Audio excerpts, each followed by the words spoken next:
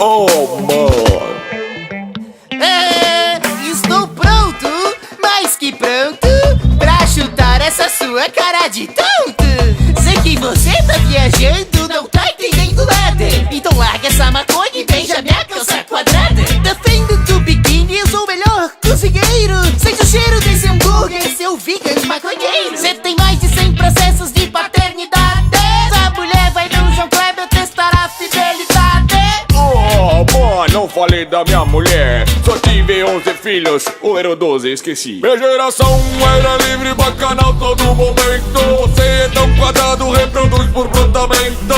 Tive 1 milhão de amigos, eu era popular. Você só tem um, que é uma estrela do mar. Pare de dizer o que eu tenho que comer. Já tirei no xerife, posso atirar em você. Posso atirar, posso atirar, posso atirar em você.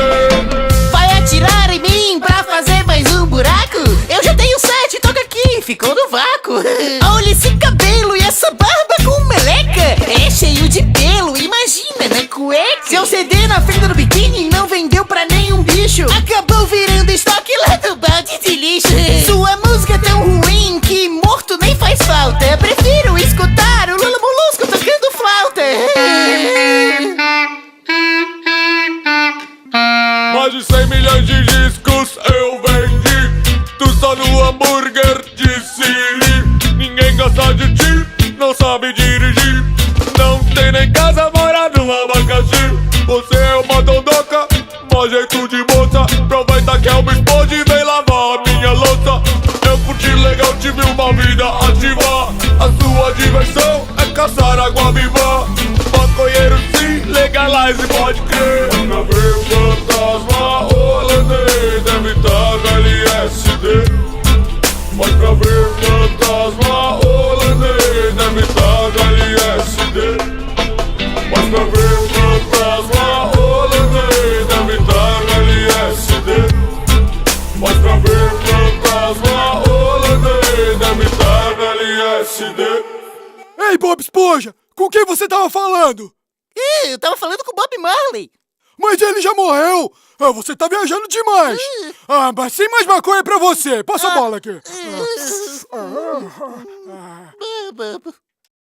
Olá, galofretenses! A Canudo tá com uma promoção imperdível. Quanto mais você compra, mais desconto você ganha. Descontos de 30 a 100 reais. Tá esperando o quê? Clica agora no link da descrição do vídeo e aproveite essa promoção.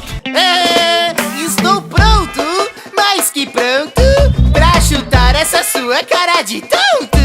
Sei que você tá viajando, não tá entendendo nada. Então larga essa maconha e beija minha calça quadrada. Defendo do biquíni, eu sou o melhor cozinheiro. Sente o cheiro desse hambúrguer, seu vegan maconheiro.